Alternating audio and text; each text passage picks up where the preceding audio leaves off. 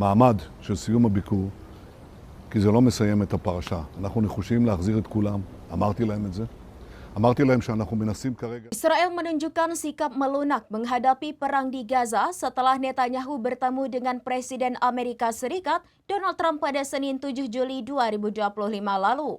Perdana Menteri Israel Benjamin Netanyahu menyatakan siap bernegosiasi dengan Hamas untuk mengakhiri perang di Gaza selamanya. Namun ada syarat khusus yang diajukan Netanyahu untuk Hamas agar gencatan senjata permanen di Gaza bisa dilaksanakan.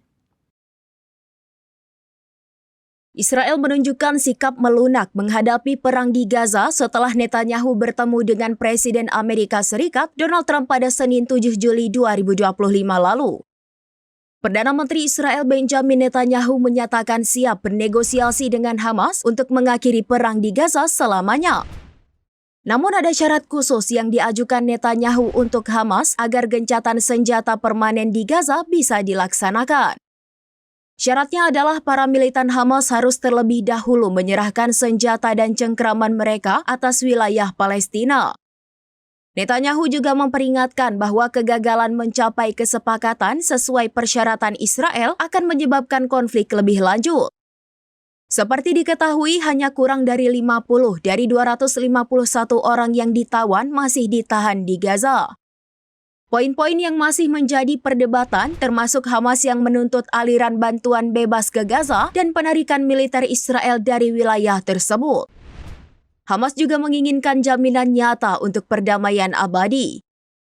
Sebelumnya pemerintah Israel juga sempat mempertanyakan tercapainya gencatan senjata permanen di Gaza. Pasalnya Israel hanya ingin gencatan senjata permanen di luar 60 hari awal jika Hamas meletakkan senjatanya. Namun bila hal tersebut tidak dilakukan, maka Israel menyatakan siap melanjutkan perang. זהו יומו האחרון של ביקור היסטורי אחר הניצחון ההיסטורי במלחמה נגד איראן. מה שסוכם בין הנשיא טראמפ וביני לגבי נושאים שקשורים בעזה, באזור ואפילו מעבר לאזור, עוד יסופר בזה. אני רוצה לפתוח את היום הזה בשליחת תנחומים מעומק הלב בשמי ובשם רעייתי למשפחתו של הנרצח בגוש עציון. יש לנו הישגים גדולים מאוד במאבק נגד הטרור, גם ביהודה ושומרון וגם במרחב, אבל יש גם מחירים כואבים.